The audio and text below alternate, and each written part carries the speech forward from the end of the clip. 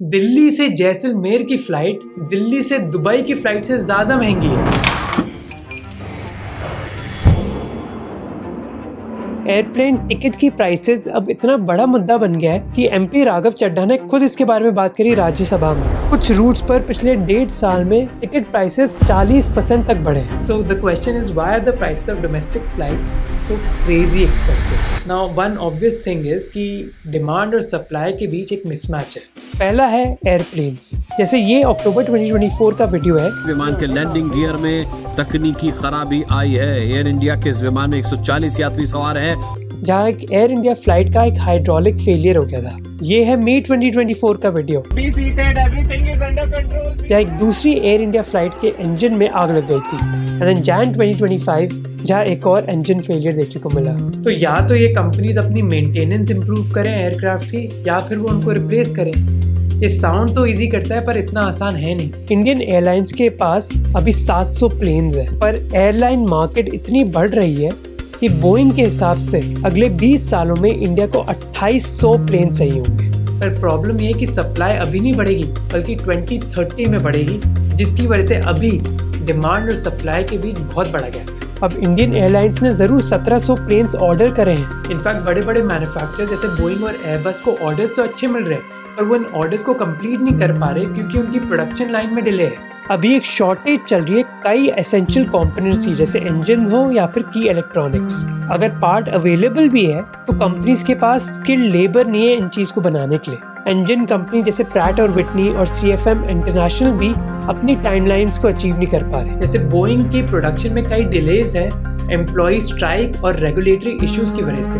Backlog इतना बढ़ गया था और मार्केट उनके स्टॉक को इतनी पीट रही थी कि बोइंग ने अपनी प्रोडक्शन इंक्रीज करने की कोशिश करी बिना क्वालिटी पर ध्यान देकर, और बवाल मच गया। 5 जनवरी को एक बहुत खौफनाक इंसिडेंट हुआ था जब अलास्का एयरलाइंस के एक प्लेन का दरवाजा ही उड़ गया था क्योंकि उस दरवाजे पर 4 बोल्ट्स मिसिंग थे। इसके अलावा रशिया यूक्रेन वॉर ने इस मैन्युफैक्चरिंग की और बैंड बजा दी। एयरक्राफ्ट मैन्युफैक्चरिंग कई रेयर मटेरियल्स पर डिपेंड करती है जो रशिया और यूक्रेन से आते हैं, जैसे टाइटेनियम, नियॉन और पैलेडियम। अब यूक्रेन दुनिया का 50 से 70% चिप ग्रेड नियॉन को कंट्रोल करता है, जो एयरक्राफ्ट नेविगेशन के लिए यूज किया जाता है। पर वॉर के बाद प्रोडक्शन पर इतना बड़ा इम्पैक्ट पड़ा है कि प्राइसेस 600% बढ़ गए।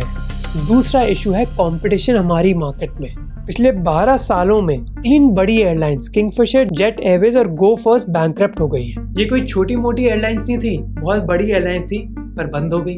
इनफैक्ट इंडिया में मोस्ट एयरलाइंस 5 साल के अंदर ही बंद हो जाती हैं। इंडिगो एंड एयर इंडिया जो 90% डोमेस्टिक ट्रैवल को कंट्रोल करती है। इनफैक्ट इंडिया में 1100 रूट्स हैं, जिसमें से 500 तो अब बेसिकली मोनोपोलीज बन गई हैं। अमिताभ तिवारी जो इस इंडस्ट्री में एक बैंकर हैं, वो कहते हैं कि कई चीजें हुई है मार्केट में। टाटाज ने एयर इंडिया को खरीदा, फिर विस्टारा और एयर इंडिया मर्ज हो गए, फिर गो एयर बंद हुई और स्पाइस जेट के अब ऑपरेशंस कम हो गए। इसी वजह से एक डुओपोली बन गई है हमारी मार्केट में। कई रूट्स में डुओपोली या फिर मोनोपोली है, जिसका मतलब है कि पैसेंजर्स के पास नेगोशिएटिंग पावर है ही नहीं। इस टाइम्स ऑफ इंडिया के आर्टिकल में आप देख सकते हो कि कंपटीशन की वजह से प्राइसेस किस हद तक बढ़ गए हैं। और टियर 2, टियर 3 शहरों में तो सिचुएशन और भी खराब है। कई लो कॉस्ट कैरियर जैसे इंडिगो और SpiceJet metro to metro routes में जरूर ऑपरेट करते हैं, जैसे दिल्ली, मुंबई, बेंगलुरु, हैदराबाद, पर उनकी प्रेजेंस छोटे शहरों में बहुत कम है। एयरलाइंस मानती है कि ऐसे रूट्स जैसे दिल्ली जैसलमेर हुआ, वो उतने प्रॉफिटेबल नहीं है उनके लिए। इस वजह से वो उन रूट्स पर बहुत कम फ्लाइट चलाती हैं और इसके चलते उनको हाई प्राइसेस चार्ज करने पड़ते हैं ताकि वो इन रूट्स पर ढंग का पैसा कमा सके। लैक ऑफ कंपटीशन के अलावा टैक्सेस और फीस की वजह से airline tickets are almost unaffordable. जैसे मान लो आपको दिल्ली से बेंगलुरु जाना है तो आपको कई चीजों के लिए पैसे देने पड़ेंगे। पहली चीज है बेस फेयर, जो बेसिकली एयरलाइंस चार्ज करती हैं आपकी ट्रांसपोर्टेशन के लिए। जैसे आप देख सकते हो कि सबसे ज्यादा कंट्रीब्यूशन इस बेस फेयर का ही होता है, और इस बेस फेयर में आता है एविएशन टर्बाइन फ्यूल यानी कि ATF, और एक एयरलाइन की करीब 40% कॉस्ट इस ATF से ही आती है। और 2020 से ATF के प्राइसेस बढ़ते जा रहे हैं। जैसे आप इस ग्राफ में देख सकते हो कि 2021 के बाद 1 किलोलीटर ऑफ ATF का कितना दाम बढ़ा है, जो रशिया यूक्रेन वॉर के बाद स्पेशली इम्पैक्ट हुआ है। आज 1 किलोलीटर ATF का दाम करीब 1 लाख रुपए पहुंच गया है। इस बेस फेयर के अलावा हमें कॉमन यूजर टर्मिनल इक्विपमेंट यानी कि क्यूट फीस भी देनी पड़ती है। ये फीस देनी पड़ती है कई इक्विपमेंट के लिए, जैसे मेटल डिटेक्टिंग मशीन्स हो गई, एस्केलेटर्स हो गए और दूसरी चीज। अब आप पूछोगे कि भाई अगर कॉजेज ग्लोबल हैं तो एटीएफ के प्राइसेस हर जगह बढ़ने चाहिए, पर इंडिया में ज्यादा क्यों हो रहा है? Answer is taxes. जैसे अगर एटीएफ की बात करें तो उस पर एक्साइज ड्यूटी भी लगती है और वैट भी, और एटीएफ ना जीएसटी में कवर्ड नहीं है। तो इसका मतलब है कि एयरलाइंस को इनपुट क्रेडिट नहीं मिलता है, which means that this is the higher cost for them. उनको वैट देना पड़ता है और excise duty. In fact NITI Aayog ने भी कहा कि हमें ये चीज चेंज करने की जरूरत है। ग्लोबल स्टैंडर्ड है कि एटीएफ पर टैक्स नहीं होता, जैसे ईयू में टैक्स नहीं है। तो नीति आयोग ने कहा कि हमें भी ये चेंज करना चाहिए। See, the main solution for this is that we have to increase competition in the aviation sector.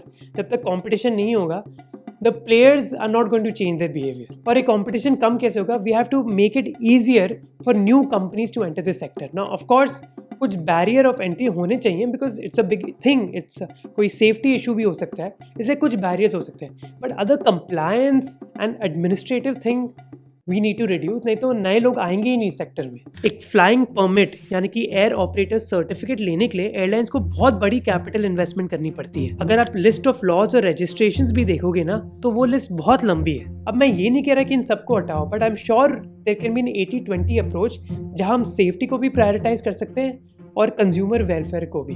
One thing that the government can do is कि कुछ रूट्स में हम छोटे प्लेयर्स के लिए मानो एक रिजर्वेशन दे दें ताकि it becomes easier for them to start their operations. Maybe this reservation works for only a few years in the entry and then it is market competition. फिर 80% जो इंडियन एयरक्राफ्ट्स हैं वो lease पर होते हैं, और leasing एक complex process है क्योंकि इंटरेस्ट रेट्स हाई होते हैं, फॉरेक्स का रिस्क भी होता है, तो हमें ये भी प्रॉब्लम सॉल्व करनी होगी। एंड इनफैक्ट गवर्नमेंट ने अब स्टार्ट किया है जहाँ गुजरात में गिफ्ट सिटी में एयरक्राफ्ट लीजिंग इकोसिस्टम क्रिएट हो रहा है, जहाँ 10 साल की टैक्स हॉलीडे मिलेगी कंपनीज को और अच्छे रेंटल्स भी। अब ये चीजें और एक्सपैंड करने से we can increase competition in the sector. Second चीज जो हमारी सरकार कर सकती है वो है एटीएफ पर टैक्सेस कम करके। अभी एटीएफ पर 2 तरीके के टैक्सेस लगते हैं, सेंट्रल गवर्नमेंट की एक्साइज ड्यूटी भी और स्टेट का वैट भी, जिसका मतलब है कि एटीएफ प्राइसेस बहुत ज्यादा है और ये प्राइसेस इवेंचुअली कंपनीज नहीं कंज्यूमर्स देते हैं। हम ये सब रिजॉल्व कर सकते हैं इन टैक्सेस को हटाकर उन पर जीएसटी डाल के। अगर हम जीएसटी डाल देंगे एटीएफ पर वैट और एक्साइज ड्यूटी की बजाय तो डबल टैक्सेशन खत्म हो जाएगी।